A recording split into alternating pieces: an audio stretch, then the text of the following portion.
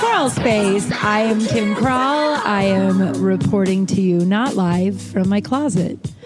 Hey, everybody. This is super late today. I've had a really fun, fulfilling day, but right now I'm sitting in my closet. And there is my neighbor, my behind neighbor that I've talked about, who I talked about most through the pandemic because they just, punch a punching bag or saw or something. Now there's just a loud generator, I believe, that's just going off. I don't think you can hear it. I have a really good microphone. But I walked outside to make sure I wasn't going crazy, and that because it's just like this consistent noise. And I think, you know what I say to my cat daily? I look at him and I go, I think today's the day. Today's the day your mom is going to kill someone.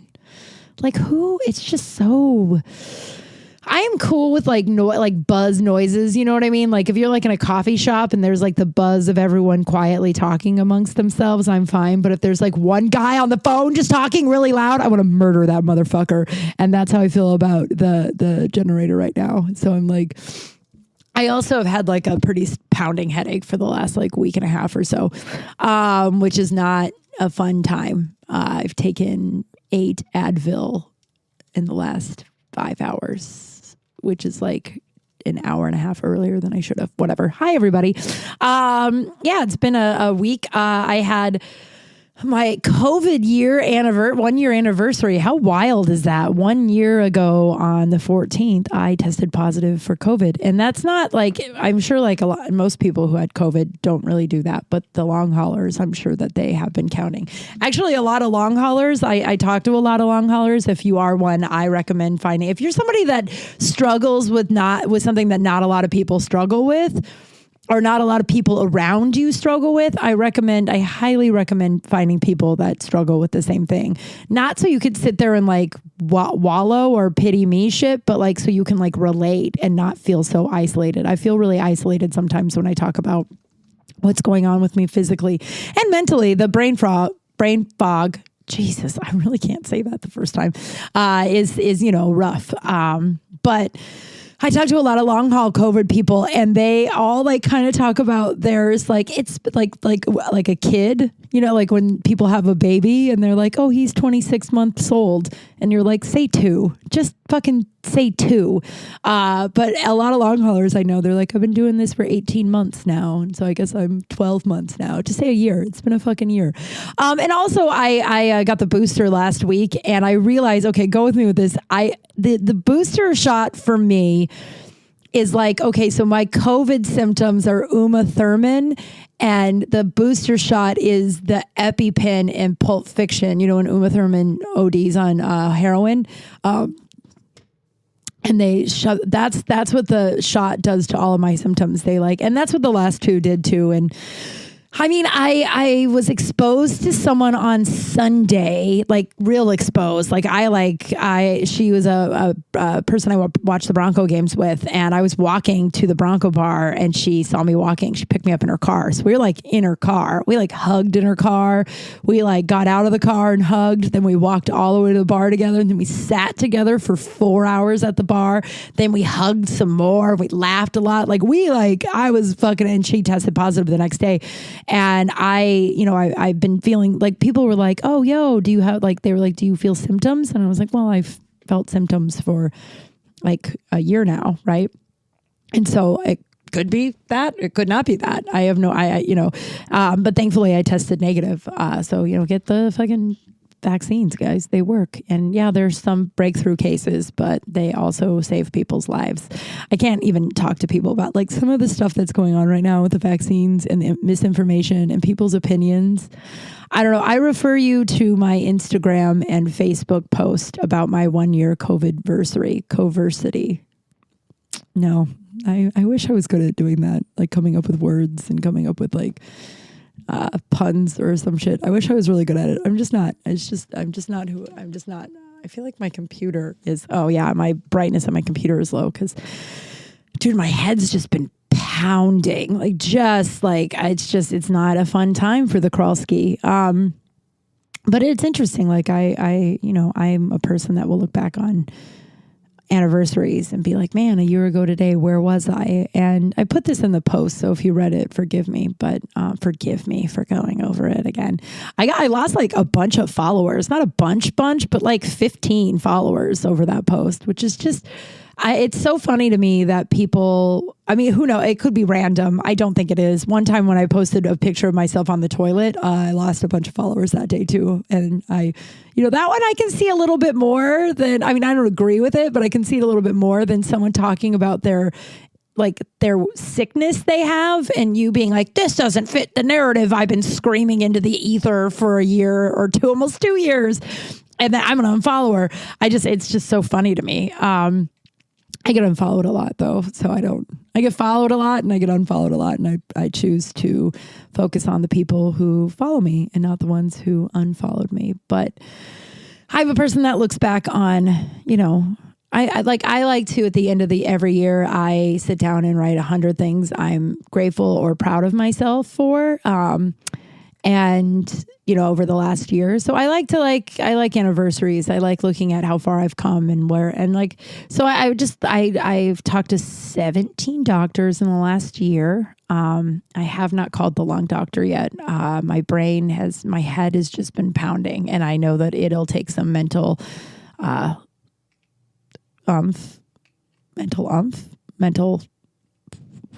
sobrietness. I don't know what word I'm trying to look for. My head hurts. But it'll take. So I'm every day it's on my to-do list and I will call it. My doctor was like, you probably won't get it until next year. But if I don't call now, then I won't get it until later next year. I understand. I'm the queen of procrastination. It's PTSD actually I've learned about. And so if you're a person who procrastinates or you've been called lazy most of your life, I'm sure there's trauma in there somewhere. So look at that. Or don't. I don't know. That's not at all what I wanted to talk about, but I am a procrastinating person and I was called lazy quite a bit growing up. And then, now I've looked at all my stuff and I'm like, oh, I was depressed. I had depression. That wasn't laziness. And the procrastination is fear of being seen. Because when I was seen as a kid, I got criticized. And, I chose a career that I get criticized a lot. And, yeah. And I've recently, and that's fine. That's, I chose this is the life I've chosen and I get criticized a lot, but I also get a lot, way, way more love and support. But as I move along in this and, after putting out the book and this podcast and, kind of doing solo stuff, I've realized why people, in this industry have very few people that are close to them. I found when I put out my book and, in this too, buy my book, by the way, buy my book. I just sent out the last signed copies I have. I'm all sold out, but I will be getting new ones in, after Thanksgiving. So just in time for the holidays. So buy my book, KimKral.com. Like how I put that in there. But I realize why people who are in this industry keep so few people in their corner. Because it's I had to set a couple boundaries with some people where I was like, I don't want to hear about it if people say shitty things about me, or I had to say not positive things, because I know that people like to twist shit and be like, they didn't say anything bad. And it's like, well, that's not positive. You know what I mean? And the way I look at it is I'm like, look, I have enough critics. I have enough people letting me know when I'm not good enough. Plus, I have all of the voices in my head that were programmed since I was a kid to tell me I'm shitty. I don't need anybody that calls me a best friend to do that. And I don't know. I really want to talk about this episode. Not really that, but just I have learned in my last, the last 6 months or so, maybe even last 3 months or so, finishing up the 12 steps in my ACA program. One thing I've realized, and I think I shared it a couple of weeks ago when I was going to run into someone's that are not people I want in my life, right? And they weren't awesome to me. They sucked. They were mean to me. And they were good friends of mine. One of them was a good friend of mine for years and years. This is the bride I've talked about before. And she treated me terribly for years. And because I'm only used to that, growing up, I was programmed to be, you like the chaos. You think that love is people that are mean to you. My love language, my family's love language is to be shitty to each other. And And so not always, but yeah, actually I stand by that. Like to pick on each other, be mean to each other. So like I, instinctively like flocked to people who didn't treat me very well.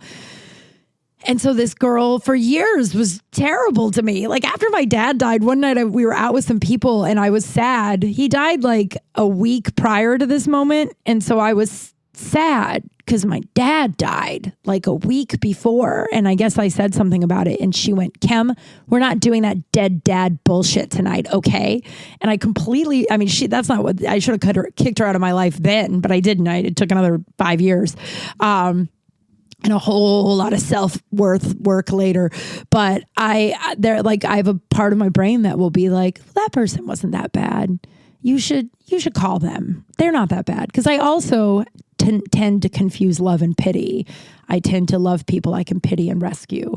And, if give my brain enough time left to its own devices, it will, gaslight me into anything. And so I was like, I should call that girl. I feel bad. She did reach out while I had COVID and blah, blah, blah. And then I ran into the woman that was out with us 5 years ago and she said, we're not doing the dead dad shit. And that to me is like a God shot, higher power popping in, universe being like, hey, just a reminder, these are some of the reasons why you don't hang out with that person anymore.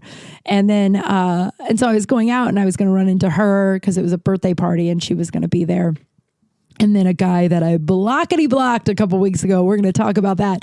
A couple of weeks ago, he lives in that area. And I was like, fuck, I'm going to see both of those people. And I text my good friend and she goes, yeah, I don't allow people who aren't nice to me to be in my life. And she's like, because I'm awesome. And I was like, fuck. That's a new rule. By the way, I'm compiling another set of rules. I don't know if you know, about 30, 40 episodes ago, I did something called 15 Rules. I'm turning it into a book. It is one of the next books I would like to write and publish. But one of the rules in it, one of the next 5 rules is I am awesome. I am really awesome. And I deserve to be treated as such. And if you don't treat me as such, you gotta go. And that's the rule. That's it. There's no that's black and white to me. Like if you don't treat me well, you've got to go. Period. Full stop. And so the guy I blocked, I haven't talked about it too much just because I wanted to process it. Also, I didn't really want to give him the satisfaction to know I've talked about him on here. Cause like when we were hanging out, he's like, oh, I don't listen to your podcast because I'm afraid you talk about me on there. I'm like, why on earth would I talk about you on my podcast? Well, here we are. And also it's been like a month and I've been able to process it, but and this is a person that is good friends with a lot of my friends and I will probably know this person until forever, right? He's just somebody who's going to be in my life. But, and I didn't block him. I did not block him because of him. We had an evening together. I think I've shared that much. We had an evening together. Who am I? We had sex and then a few days later I ran into him and I was a little drunk, but everybody in this area was drunk. It was like a Sunday and that's the only day I really drink anymore. And everyone in the room was drunk and I was excited to see him because I thought we liked each other and I thought we had a really good time the night I fucked him, right? I thought we had a really nice time. And so I was so excited to see him and I ran up to him and was like, hey, and he was like, ugh, you are so drunk right now. I don't want to talk to you. And like pushed me away, not like physically, don't get all up in arms about abuse, but fuck you, right? I was like, what? And I felt so small and I was so grateful. I'm so glad I've done so much work on myself because old Kim would have like begged him to stay in her life and like would have waited by the phone. I probably still would be waiting by the phone. We probably would have had sex a couple of other times since then.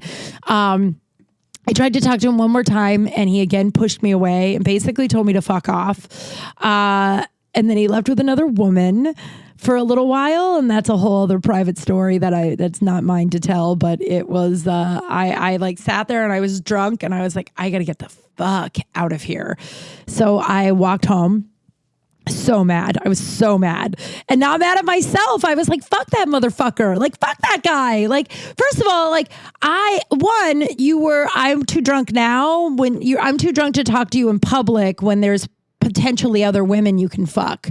But I wasn't too drunk for you to fuck the other night. Like, so I was really mad. And I'm so proud of myself because old Kim would have like internalized that and been like, oh, I'm so bad. I'm such a bad person because I was drunk at a bar. Like I wasn't doing lines of blow. I mean, I wasn't, but like the people that he was associating with was whatever. I guess I'm still mad. I'm not. This is just for effect. Understand I'm way over this. But I'm on my way home. Drunk Kim went, block him.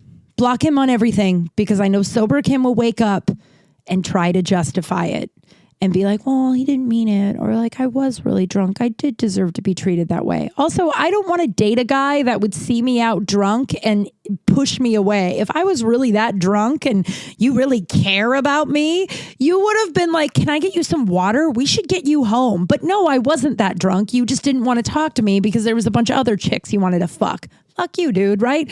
Still not that mad anymore. Believe it's been like a month. This is just for effect. Sometimes after I get all animated in these podcasts, people will message me and be like, are you okay? And I'm like, yeah, I'm fine. A lot of times I won't talk about shit that's going on with me until I've processed it because I don't want to come in here like reactive. I want to have it like processed in my brain. But I woke up the next morning and he was blocked. Everything. And like on all social media, and his phone number. And I was so uncomfortable because I was standing up for myself.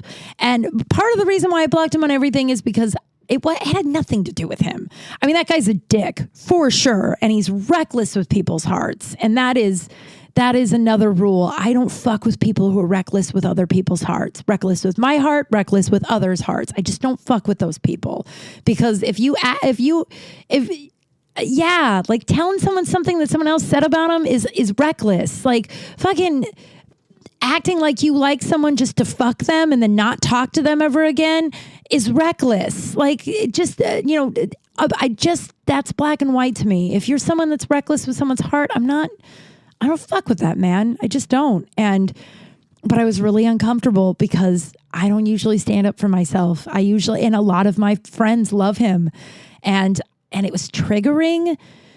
It was triggering because I stood up to my dad years ago and stood up to the abuse, cut him out of my life. And most of my family chose his side.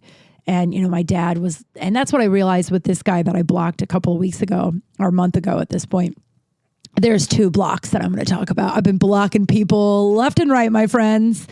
And it feels great because it's just like, I am so tired of chasing after bullshit. So tired of chasing after bullshit. And I mean like, not just like with anything, not just with men, with anything. I'm tired of it. And what was I saying? Oh yeah. So this guy, I was just like, man, after, a couple of days of being really uncomfortable, afraid that blocking him wasn't the move, that it was mean somehow or hurtful, that he had a lot going on. Fuck you. I have a lot going on too. And I'm not a dick to people. And like, after, a couple of days of that, I realized this guy is my father. He drinks a little bit too much. Everybody loves him. Everybody loves him. He's mean to me and he sexualizes me. And I'm like, Dad, so fucked up. I might have already told you guys this. I don't know. Forgive me. A long time ago, like 80 episodes ago, was like, I'm going to go through every episode and write down what I talk about each episode. That lasted until episode like 20. That's a lie. I think only like 15. It didn't last that long at all. And I was like, this is a nightmare. I'll just repeat stories. I don't care. But so hopefully you don't care either. But yeah, it's just like, I was trying to fix the relationship with my dad through this fucking dude. And I do that a lot with men. Like, if you love me, someone who's so much like my father, and you love me, maybe I'm okay. Maybe I'm lovable, good enough, or whatever and so I woke up that next morning and I was grateful but uncomfortable that I blocked him. And it's now been a month and I know I will be seeing him very soon. Just because we do have, a lot of our best friends are best friends. And I'm okay now. I'm not going to go out of my way to unblock him, but if he asks, I'll be like, yeah, we can unblock him. Fine now. I only did it so I would stay away from him. It had nothing, like, I know that guy might not even know he's been blocked. Actually, he's that kind of person that I would not be shocked if he was like, oh, I didn't even notice. Like, you know what I mean? Like, he's just, I mean, A, kind of full of himself, and B, and this sucks to admit, I wasn't that important to him. I was not that important to him. So I doubt he's even noticed. But I got to tell you, blocking him was the move. It felt good to just not even have to, I'm tired of the bullshit. I'm not chasing bullshit anymore. And it brings me to, I blocked Seattle, the guy I've been talking about for most of this podcast. This podcast one day will be, one of the B stories of this podcast will be how I fell for a guy I never met and how he broke my heart many, many times. And that sucks. And I might cry right now just because it's processed, but it's still a little raw. Nothing happened. I ended it with him. For those of you who are just popping in on this, I'll haven't listened to the other ones. Just kidding. Well, really, but I met this guy a couple years ago, and he was supposed to move here for like 2 years. And for like 2 years, I thought I could love this guy. And that's the best way I can put it. I don't believe I was in love with him. But I don't also believe in black and white scenarios anymore. I do believe that I for 2 years, I spent thinking I could love this guy. We got really close, Zoom dates and phone calls and pictures and confiding in each other and all that stuff. And he just broke my heart like 3 or 4 times. And, the first time, his fault. Second time, my fault. Third time, kind of his fault, because he came back a year later and was like, I promise I changed, and then said all the right things. And he was like, I'm moving there in a couple of months and we can be together. And then fourth time, my fault. And so 6 months ago, I ended it just because I was tired of the bullshit and tired of the bullshit, man. I was just tired of the wishy-washy, I'll be there, I'm not there, the confusion, the unavailability. I was tired, and I had done all this work on myself and I couldn't let go of this person. And so I did. I sent him a text and I ended it. And he was like, excuse. And I was like, he was like, if you want, we can talk. And I'm like, yeah, I would like to. I deserve an explanation why you've done this again. And then he never contacted me again. Like 2 weeks before that, he had restricted me on Instagram to where I couldn't see his stories. And I think you don't see the stories and their messages go straight to the other box or something like that, the spam box. And the only reason why I knew that is, he always posted a lot of stories and he stopped posting stories, but I didn't think much of it, because he falls in and out of shit. But the idiot also follows my cat's Instagram. So one day I was on my cat's Instagram and he had posted a story and I was like, what? And then I went to my Instagram and he had restricted it. And then moments later, I never saw another story of his again on my cats. So I'm no doctor, and then I Googled what that meant. It was like the person restricted you. Ooh, it does hurt. It does hurt. This one's going to hurt for a while and it's a little shameful. And I hate that I feel that way. Because I have only met this man once, and I don't even remember meeting him because it was after a show, not drunkenness, just after a show, and you meet a lot of people after a show. But I'm trying to be easy on myself about it. And so I, ended it, and then he was like, yeah, let's talk about it, and then, ghosted me, and I have never heard from him since, and I wanted to block him 6 months ago. I sort of wish I did. I probably wouldn't be feeling this now, but that's not how things work. You know what I mean? You don't get to go back and be like, hey, I wish I would have done it differently. Because I don't fuck with regrets, man. I mean, what harm, what will it do if I sit here and I'm like, man, if I would have blocked him 6 months ago, I would be redder right now. well, I did block him now, so in 6 months, probably less, I will be okay. You know what I mean? So it's like I could sit here and run in place and, fuck with this regret, or I can just be grateful that I blocked him when I did. But I didn't 6 months ago because I was afraid that if I did, that would get him to come back. This man only wants me when he can't have me. Yeah. As soon as he can't have me, he comes running back. And I just needed him to stay away. And I was just grateful that he wasn't, texting me or responding to me just because I needed him to stay away. And I had made oh no. Oh man, the breath is so bad, guys. It's just such a fucking nightmare. This guy on Instagram, this sidebar guy on Instagram said something so lovely, and I don't know who he is, and even he was like, I have no idea how I started following you, but he was just like, he's like, people don't understand what it's like to not be able to breathe normally all of the time. And it just, I don't know, sentences like that just make you feel so validated and seen. I am learning that empathy is like common sense. It is not common. A lot of people do not have that. Where was I? So I told myself, I was like, I don't want to make any rash decisions about, one thing I really am working on and I've gotten really good at, especially, working my program, is I don't react anymore. I act, I don't react. I'm not reactive. So if something happens, I now am like, oh, I can take a minute to decide how I want to handle this. Instead of before, it was like, got to make him laugh, got to do this, just whatever I got to do just to make sure nobody leaves me, right? Like, just as long as I'm not ever abandoned, I will be fine. And that is very exhausting because it is like, make him laugh, do this, do that, da-da-da, make this money, like do this job, just all that shit. And I'm so grateful I'm not, and I was just, and then there was a couple of months in the 6 months, because it's been 6 months since I've blocked, or I ended things with him. And, for a couple of months, it'd go away and then it'd come back. Now, it would probably go away more. The reason why I blocked him, so he never posts on anything. He probably does. I've been restricted, so who knows? But I don't see any of his posts, but we follow like 50 of the same accounts. So daily for the last 6 months, I've been seeing his name 15 to 20 times a day, daily. And the other day I was just like, God, I am never going to be able to let this human go. And that was the first thought.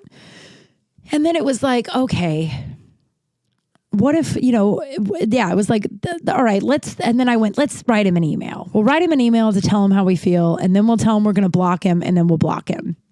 And that was the first one. And then I started thinking about the restriction. And then I realized that 2 years ago, or a year and a half ago, one of the times he ghosted me, he got a girlfriend. And instead of telling me this, he just stopped talking to me. So I got to see he had a girlfriend all over social media, which was, it was awful. That was the first time I blocked him. I felt so sick to my stomach because I think the girlfriend was there a lot longer than just the one photo. I think it was half of the time he was saying a lot of the stuff he was to me. Wow. Now I'm just like, I'm out swinging about this. He told me once he'd never listen to my podcast because he was terrified I talk about him on there, and he is right. And so now just no bars held. But I know he got that girlfriend while talking to me, while sending me photos, while telling me he was coming to visit me. And like, I know he did. And later he told me that he didn't, and that I saw that incorrectly. But the other day when I realized that he had restricted me while we were still talking, I realized that he probably got a girlfriend, and this time was like, I'm not going to make the same mistake as I did last time. I'll just restrict her so she can't see the girlfriend, just in case, because people want to make sure they can still have you. You know what I mean? They don't want to close the door. And as soon as I thought of that, I was like, you need to close this chapter. You need to close this chapter. It's like I was talking to my sponsor a couple of weeks ago. I was hoarding checks. So I was getting checks from all these jobs I've been working, and I was like not cashing them because I was like freaked out that once I cashed them, I wasn't going to make any more money. And right now I had all this money, but if I cashed them, then I was going to spend it and I wouldn't have any more money. And It's such a bad mindset to have. And I tell my sponsor, and she's like, that's like telling the universe you're hoarding money. What are you doing?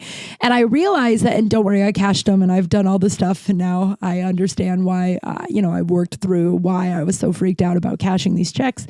Because I've never done this freelance thing before. I've never just and boy, I'll tell you, you got to tell a lot of people no to plans. Most people aren't cool, they take it personally. And you're like, I just got to pay my bills, man. I don't know what to tell you. And I got this big dream. I got this dream that I am going for. And that's what I'm, not at all costs. I won't kill. No, I can't say I won't kill a dude. You can never promise you won't kill a dude. You have no idea what situation you'll be in. You know what I mean? Saw could be real and you could wake up chained to a wall with another dude chained to the wall. And they're like, hey, the key to this, I don't know what I'm talking about right now, but you know what I mean? You can't ever take murder off the table. You never know where you'll be in life. But as soon as I realized, I was just like, I need to close this chapter. And the only way I can do that is if, the guy from a month ago that I blocked, if I hadn't blocked him, I'd probably still be pining. I know myself. And that's not a pretty thing to admit. And admitting it is in hopes to someone's listening and going, oh my God, I'm not alone. I am obsessive too, or I hold on to things. I hold on to relationships and people because I am afraid of abandonment, to avoid the abandonment. That's it. So I can avoid subconsciously, I want to avoid the painful feelings I felt consistently as a child as my parents were abandoning me. God working through your shit is so powerful and so painful and so hard, but it's so fucking powerful because I was like, this has nothing to do with him. Me blocking him has nothing to do with him. It's about me and it's about moving on. It's closing this chapter. And I realized that the last time, because I was like, well, I've tried to close this chapter before. Yeah, but the last time I tried to close this chapter, he tried to open it back up and I was an active participant in letting him do that. And this time it's time to close the chapter. And it's painful. It's better today. I find with heartbreaks, which is so funny because this ended 6 months ago, but now I've really, in my heart, it ended 3 days ago because I text my sponsor and I was like, yo, I'm going to block him. And I know that's crazy because I haven't really talked to her about how fucked up I still am about this guy. And I'm still unable to let him go. And I'm being easy on myself. 2 years is a long time. It's not going to go away overnight, but, and, she was supportive and she was like, yeah, she's like, cut the fat, close the chapter. I'm here. And I was like, I do have this fear that what if he's the guy? What if he's the guy and I close the chapter and then he never comes back and that's it? And she wrote back and said, I promise you, the guy will never make you feel this sad, confused, or angry, ever. Your person will never make you feel this way. And I read that 20 times and I thought about the last 2 years and the amount of times this guy has made me confused, has made me feel like I'm crazy, I've sobbed. I've been so upset. I've gotten sick. The person's never gonna do that. The guy is never gonna do that. The person. And so I blocked him. And heartbreak to me is like working out. Hear me out. So, when you work out really hardcore for the first time in a long time and the first day is really painful and your body hurts a lot and you're like, man, it could not possibly hurt any worse than it does today. And then you wake up the next day, the second day, and the second day is always really shitty. It's the worst. You're so sore. And then the third day it gets better. And then the fourth day it gets better. And that's how I feel like heartbreak is. It's always the first day after I'm like, oh my God, it hurts. It hurts. And then the second day I'm like, no, it hurts even more. And now it's day 3 or day 4. I don't know what day of the week it is. I did it on Saturday. So what is that? Sunday, Monday, Tuesday, Wednesday. Oh, it's day 4. It hurts a little less. And I've been, and it feels good to close the chapter that I have been waiting for the other person to show up the way I wanted them to for almost 2 years. and I don't hold ill will towards this guy. I also, like, I was sitting around trying to figure out what was wrong with him. Is he avoidant? Is he this? Is he that? It doesn't matter. Bottom line is I'm awesome and I deserve to be treated as such. And if you don't treat me as such, you gotta go. Those are the rules. And it's painful. I also did that at the end of a week that my cousin Brad passed away. So last week was a lot of crying, man. A lot of crying. A lot of meditating, a lot of writing, a lot of dark days. I think I talked to you guys a little bit about it last week, where I woke up and I just thought, man, it would be so much easier had I not come forward about my dad.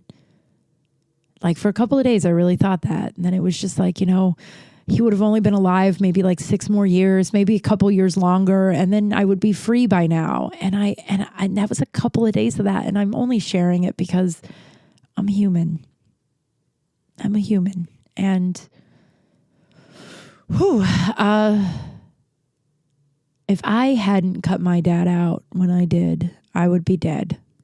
I don't know how, and I don't know why I know that, but there is no doubt in my entire mind that I wouldn't be dead. I'd be dead.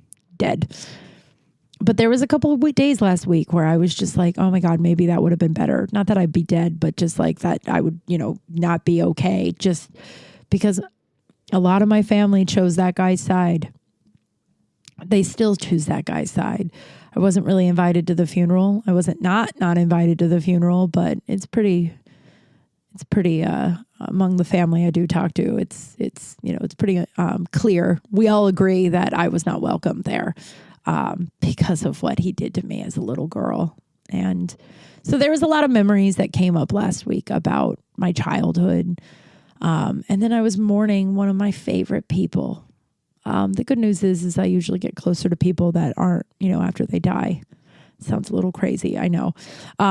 Sounds really crazy, but if you're a person that's like me and you're all tapped in and shit, you know exactly what I'm talking about. Like, I had a friend who killed herself, 4 years ago at this point. Jesus, this episode, guys, I'm in it, man. I'm in between the levels. You know how I told you it's in between the levels? I'm about to level up, I believe, and it's really painful.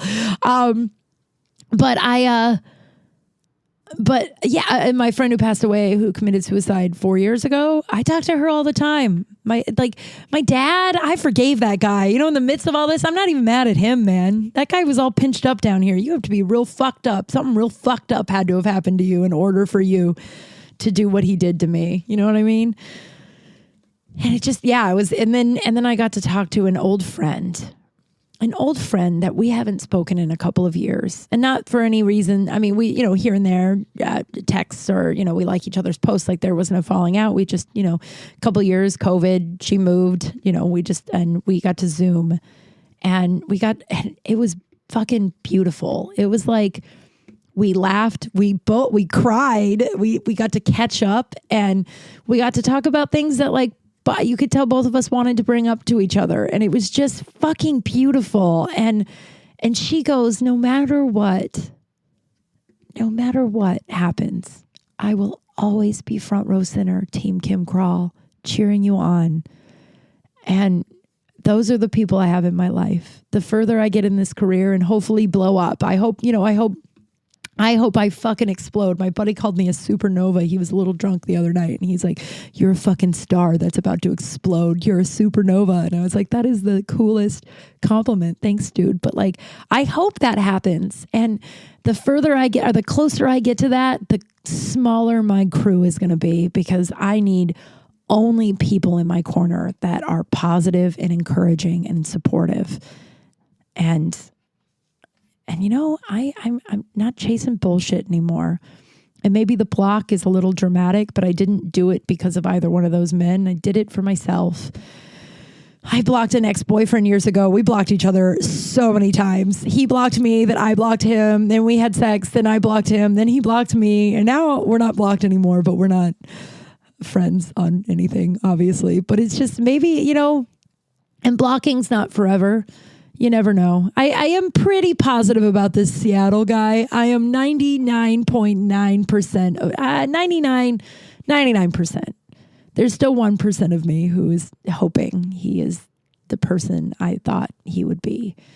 But that's just because it's new, you know? It's just new. And closing chapters, no matter how hard they are, make room for new, better chapters. Jesus. That's a lot, huh? I'm going to I'm going to Columbia, which is near Baltimore. I'm very unclear about the East Coast, like really confused. They're all like Los Angeles, like getting anywhere in California takes like 5 days. Getting from Virginia to Columbia, I guess takes like an hour and a half, or West Virginia. I'm unclear about it. And don't even get me started. I have no idea where Washington, D.C. is. I know it's close to Columbia where I'm going to be because my buddy's like, we're going to go there for a day. Well, I said, can we go there for a day? And he said, ew, really? And I said, please, I've never been. And he went, oh man, then we gotta go. So, but that leads me to believe that we're close enough to just go to Washington, D.C., but I have no idea where Washington, D.C. is. And I understand. Don't tell me where it's at. I can pull up a map. If you're watching this on YouTube, my nose is running like a faucet. I did not do cocaine. You probably don't need to be told that, but dude, my COVID symptoms were resurrected by the booster shot. They were fucking resurrected. I also have 9-pound eyelashes on, so I'll be taking those off after I do this. I just need to take some pictures today. But the head's been hurting more than just the 9-pound ashes. They're also beautiful. But so I'm going to be going there. So I'm going to pre-record next week's episode, and I'm going to do a whole Thanksgiving being with your family stories and tips. I don't know if that'll be interesting to anybody, but I took a workshop this weekend, a women's retreat, where we learned how to deal with toxic, unhealthy people and going home for the holidays with your family. And I learned a bunch of cool shit. So I'm for sure going to share that.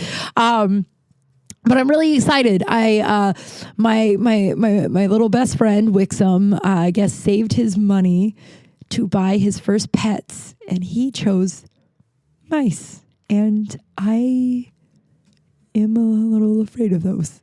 I'm not afraid of like the street mice, like the ones like rats and mice like running around in the streets. Those don't really ever bother me. Dead mice freak me out, like the ones that are like smashed in the trap. I don't know what the fuck happened when I was a child with those. Who knows? My father used to think things that scared me were funny, so he may have chased me around with one. Who fucking knows? Like I'm afraid of the water. I'm going to drown. I'm going to pretend to drown you every time you swim when you're 8. That's really funny to me. Yes, Tom. Now I'm afraid to get in the swimming pool by myself. I can swim. Don't worry. But I don't know what the fuck happened, but I am terrified of dead mice. And I don't like the ones in cages either. There's just something about them that give me the willies. I think I do know why. My mother is really scared of them. And when we would go to the mall as a child, or we'd pass a pet store anywhere, we'd have to go in there so she could stand in front of the mice and rat cages with her hand over her mouth, just horrified, for like 20, 30 minutes. And she would just stand there horrified, staring at all of them, while I would just stand there waiting for her to be done horrified. And I was always like, we just don't have to go in there. Like, we didn't have to go in there. Why did we go in there? But my mom was always a person that liked to look at shit that scared her. And so I don't know. So I'm a little freaked out about seeing these mice, and I'm not really about seeing the mice because whatever, but I don't, Wixom still thinks I'm cool. And I was hoping to push when he stopped thinking I was cool until like a while from now, not at 4.5. I was hoping that, when he was like 15, he'd be like, oh, Aunt Kim is not cool. Like my little cousin was like 3 years younger than me, and she never went to my same school until I was a senior in high school and she was a freshman. And I tell her, I'm like, dude, that makes me so sad, or that made me so sad, because when you came into Bear Creek, I was like, well, now Adrian's not going to think I'm cool anymore.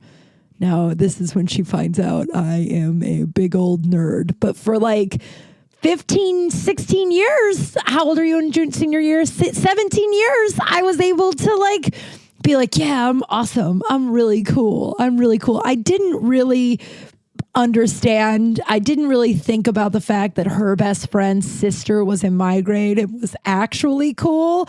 And then her neighbor was a year older than her and was also actually cool. So I'm pretty positive that the cat was out of the bag way before I knew it was. But, she said one time my cheerleading coach told her neighbor, which is so fucked up. This adult woman looked at a 16-year-old girl and said, yeah, the only reason why we let Kim on the cheerleading squad is because she's nice. We all feel bad for her. She's a really bad cheerleader, but she's so nice we can't not put her on the squad.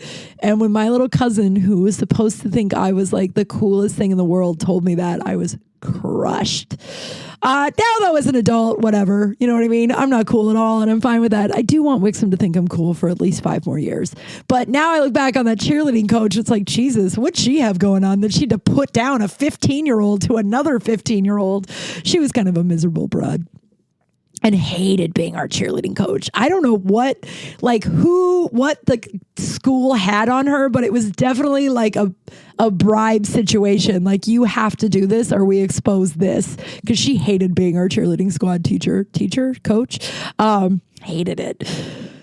But yeah, so I'm going to build, that whole thing was to tell you I'm going to go to Baltimore or to Columbia next week, and I'm going to be spending Thanksgiving with my chosen family, and I am so excited. I do have to say I'm nervous. I'm nervous because when I go home to see my blood family, day 2, they all seem like they're like, hey, when are you going home? We don't really like you. Like, I just feel like a burden the whole time I'm there. The whole time I'm there, they're like, well, we have to do something because Kim's here.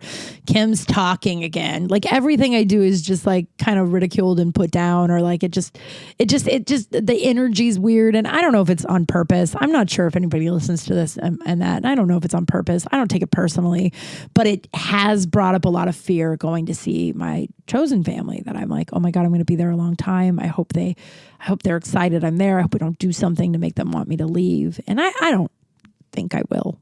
Who knows? Famous last words. But I remember years ago, we were at Dave and Katie, who are best friends. Well, they're together, and they're my best friend. You know, okay. We were at their house to do Christmas dinner. It wasn't on Christmas, but it was before everyone was leaving. And Roger, Poop Scoop Roger, who I get to see in like 6 days. I actually think it's 5. I don't know how many days. I don't know what day of the week it is. We we're all going over to play games and have dinner and exchange presents, and we're standing at the door, and it was just this like loving, non-dramatic, wonderful night ahead of us. And I wanted to crawl out of my fucking skin. I was so uncomfortable, and I was close enough to Roger. Like this was a couple of years ago, but we're not close like we are now, but we were close enough. Like it, you know what I'm trying to say? Like, we're closer now, but we were still close then, but it was still new in our friendship. And I just looked at him and I was like, I'm so uncomfortable. And he goes, why? And I'm like, because I'm not used to this. Christmases were, drag out fights. My mom usually went to jail. My mom was always, if she didn't go to, she's hungover. My parents were fighting, but they weren't fighting. They had hangovers and sunglasses, and it was my job to pretend that everything was fine, right? Like, I just didn't have normal holidays. So like, happy holidays always, make my fucking skin crawl. And I said a abridged version of that, right? But he grabbed my hand, and I'll never forget it. He grabbed my hand and he squeezed it and he winked and he said, we're family, baby. We love you. And I get to spend Thanksgiving with people that love me, that had no drama, just a lot of, I got to hang out with 2 kids. One little boy who is just turned 1. I've met once, the Katie's baby. I keep having dreams about him, that he's like, that Katie and Dave are like afraid of him, but Dave keeps, like, the last dream, Dave, like, they can't, this is such a weird dream. And I had to do an audition, I got to do an audition where I talked about a dream where I like woke up and was talking about a dream or whatever. And I told the real dream. I had a dream that Katie and Dave came to visit prior to me going to, what am I saying? Oh, Columbia for Thanksgiving. And I was like, why are you guys here? I'll be there next week. And Katie goes, look, we don't want you to miss your flight. You're such a fuck up that we thought we'd just drive it. We'd fly in here and just like make sure you get on your plane because like we knew you'd miss the flight without us. And I was like, oh, okay. And Dave goes, yeah, that too. But we I really wanted to get Wilder's chin pierced. And then out comes their baby. And every time I dream about this baby, he's like a little man. He's like a baby-sized man. And he waves, and I'm like, oh, he got his nose pierced too. And Dave's like, yeah, they threw that one in for free. And Katie's just like so upset. And Dave's so excited. I don't know where Wixom ever is in any of this, but the baby is always just like a dude. And I'm like, hi. And he's like, hello. And I'm like, okay. And Katie's just like rolls her eyes and she's like, so we'll just meet you at the airport. And I'm like, okay, I guess. So then they get in their car and they get to the airport. And I assume I never see him again because I tried to go to the airport. And there's a big amusement park in between my apartment and the airport. And this is such stress dreams. I don't know what the Wilder and the piercings and what that's about. These are just stress dreams, right? The amusement park, I can't get to it because the amusement park is between me and the airport. And I'm driving around. I'm trying to find a way through. I'm like, there's got to be a way through. I've been to the airport before. And it's not like a carnival where it'll be gone in a few days. It's like Six Flags, but kind of like Disney-ish. And so I finally like pull over and I'm like, I'll just walk through. I bet I could get there quicker if I just walk through. So I pull over, I get out of the car, and there's like 6 gray doors. And so I start opening them and there's nothing in the gray doors until I finally open one that gets in. And then there's this big, tall, chubby man with a cape on. And he's like, you're never going to get to the airport. You got to leave. So I leave and I walk out and there's hundreds of actors waiting to audition to be a part of the amusement park, like actors, like how I do the murder mystery, but for and I stopped everything and thought, why didn't I get to audition for that? I'm actually an immersive actor. I don't even know what the fuck that means. And then I woke up and then I sent that to somebody for an audition and they wrote back and was like, this is perfect. So hopefully they're not like, so Kim's crazy. Yeah, so I'm really excited. So I think that's the episode, guys. I have someone else's poop scoop I'm going to do in a minute, but I'm one lucky broad. I am one lucky broad. Last week was an emotional week. I called my cousin after I blocked Seattle on Sunday or on Saturday or on Sunday. We were talking and I called her and I told her all that. And I'm like, and then I blocked Seattle. She goes, man, you had a big week, huh? I was like, did a lot of crying, but I didn't feel well. So I basically just laid in bed and cried. But I'm one lucky broad that I can do that now and not shame myself. Like I needed to grieve my cousin. I needed to process this death. And last week when I was on here, I was like, I'm having a hard time processing it. And I don't think it was that I was having a hard time processing it. I think I'm new. Like who I am now, I'm new to this.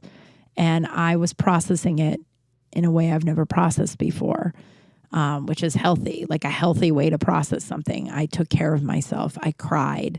I felt crazy sick. So I was in bed a lot of the week. And then I blocked somebody who I should have blocked 6 months ago. And I'm just so grateful that I now give myself the space to do those things.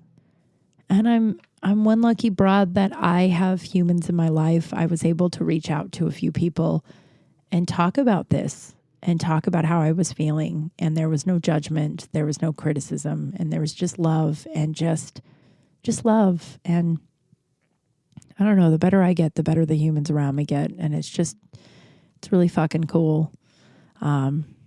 You guys ready for a poop scoop? I can't remember if I read this. I have the brain fog.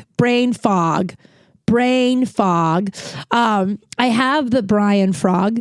And, but I also, before I had the COVID brain fog, Jesus Christ, before I had that, I couldn't remember a lot of stuff anyway. Like I could remember a lot of, my memory was I remember random things, but I don't remember I don't know how to explain that. I can rewatch a movie 45 times and not really remember how it ends and be like, oh yeah, it's not ridiculous where I'm like, wow, Vader's Skywalker's dad. It's not that ridiculous, where I won't remember something like that. But But like, I'll rewatch an episode of a show and I'll be like, I had no idea that guy killed everybody, right? Like, I know Scott Foley was the killer in Scream 3, that like he was the one who orchestrated Scream 1. Spoiler, I guess that was like 20 years ago. All the movies I'm naming are a long time ago.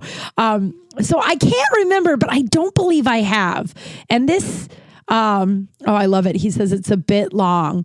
I don't think it's that long. My poop scoops are always longer, but I'm excited about this. You ready? So this is someone else's poop scoop. I don't see if I can say his name in there, so I'm going to not say his name. But if you want to send me a poop scoop, please send it to kimkralspace@gmail.com, KYMKRALSPACE@gmail.com. Send me your poop stories, embarrassing poop stories, how you pooped your pants, how it was a close call, literally anything that has to do with poop. I want to hear it. And if you want me to say your name, tell me to say your name. And if you don't, tell me not to, and I won't. Here we go. I feel burpy. Okay. So back in high school, I used to work at Arby's. Every poop story should start at Arby's. I have no idea how that place is still open. Okay, that was a sidebar. So back in high school, I used to work at Arby's in the Valley. And for the most part, it was a great job working with friends until we got a new assistant manager, Lewis. This guy on his own was a walking piece of shit because he liked to bully his employees, especially the girls, to the point he would make them cry. Ew, fuck Lewis, right? He knew that he could get away with a lot of his behavior since his older brother was the district manager of the area. Well, Lewis liked to take a half-hour bathroom break. Bathroom was an old school side of the building that you needed a token to get in during our busiest times, which left us scrambling to figure out how to fix issues and still get orders out.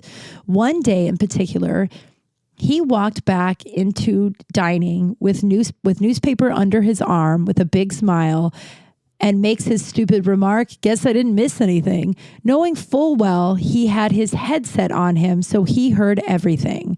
I confronted him and told him that we're getting sick of him, and he just started laughing at me and everyone behind me. At this moment, a customer came in and said that someone had taken a nasty shit in the middle of the men's bathroom. Once I heard it, I loudly said, "Lewis, I'm sorry you couldn't make it to the toilet, but have some respect and clean up after yourself." All the employees and a few customers in dining burst into laughter and looked at his laughter and look on his panicking, pale face, shaking his head, trying to say no, was satisfying to see. Yeah, it was. I told him he better get to it and clean it up because the rest of us were busy. This apparently kept happening every couple of months, even after I left for college, until he quit Arby's. The last I heard about him was that wherever he went, the phantom pooper story followed him until he moved back to his country. Good. We never found out who did it, but just remember that karma is a bitch. Oh my God, that's amazing. I love that story. Oh my God. Sorry if my reading kind of fucked it up. I can't read well. I can read all right. Oh my God. I love that so much. I can't believe he didn't try to fire you. You know what I mean? Like, especially if his brother was the district manager, if he had some pull, it was like, get that kid fired. But wow, that's so satisfying. And I love that story followed around. It's so true. Don't be a dick. Don't be a dick. Don't be a dick. All right, everybody. I think that is the show. We had a really good time. I had a good time. I did some crying. I talked about blocking people. Don't chase the bullshit anymore, man. Blockity blocked. And you know, block's not forever. The guy I blocked a month ago, I don't know how long ago it is. I will probably unblock him and we will probably be fine. We will never date and we will never be friends. But I stand by what I said before. It'll always be okay in the end. And if it's not okay, it's not the end. Seattle, I think it's okay. And I think it's the end. I think it's just got to be okay. I hope that guy never, ever steps foot in my life again. He caused a lot of pain. and I'm still sad about it. So I'm saying this now on the record. So in 1 year, because they always come back. You and I both know they always come back. So in 1 year, when he comes back, comments on something that I haven't been able to block him on. That's what he did last time. YouTube. I have no idea how to block someone on YouTube. I also don't care. And if that guy wants to talk to me enough, I won't be an active participant. But it'll always be okay in the end. And if it's not the end, or I don't know why I laugh like that. It'll always be okay in the end. If it's not okay, it's not the end. All right, everybody. That is the episode. Thank you so much. I finally did it. I put my one woman show that was like 4 years ago. So I'm funnier now, and also it was a storytelling show. So it wasn't all supposed to be funny. I put that up on my Patreon, as well as my latest set I did in, I don't know what month it is, the end of September. So if you want to see that comedy, I put those up on my Patreon. I have a couple of other old sets I'll put up, but they're old sets on the Patreon. And then I have, into this month, I have a new podcast that is just for my my Patreon subscribers called Fine. We have a podcast with Jeff May, who's also, it's also on his Patreon. Listen to his podcast. Jeff Has Cool Friends. And we just, he was really great this last episode. It drops at the end of the month for Patreon people. He was really great. I just tested negative, and I just got a couple of annoying texts about how, just dismissive how my sickness, right? From people that I don't fuck with anymore. Just don't fuck with the bullshit anymore. Yeah. Okay. Oh yeah. And then if you want to buy my book, I'm sold out of the signed copies, but I'll be getting new ones in right after Thanksgiving. So if you ordered one now, like if you've ordered one prior to me speaking this sentence, they were all sent out earlier this week, and you will, or today, that's a lie. It was today. I don't know why I lied. They're all, so you should be getting them very soon. And if you want to get a signed copy, get your orders in now before they sell out again. And I think I'm going to do if you want to give it as a gift, I got to figure it out though. So it might take me a little bit of time to figure out how to be like, have a wrapping paper option. And then if you want to leave a note or whatever, but buy my book, KimKral.com, or if you just want to get it on Amazon tomorrow, Confessions of I always want to say an angry party girl. What is that? That's like my Freudian slip, and it's not Freudian. I have no idea, but Confessions of a Recovering Party Girl is the name of my book. Please buy it. If you want to be a Patreon subscriber, head on over to KimKral.com or just patreon.com/KimKral. And I have bonus episodes and, all that stuff. And I'm finally starting to get on top of it. Thank you for your patience. And thank you for listening. Thanks for letting me talk it out every week. It really means the world to me. If you want to reach out with anything, Kral Space at gmail.com. Tell me why you're one lucky broad, or tell me how you pooped your pants. Either one, I'd love to hear it. And I think that's the show, everybody. I will talk to you soon. Bye. Kral Space, I don't care.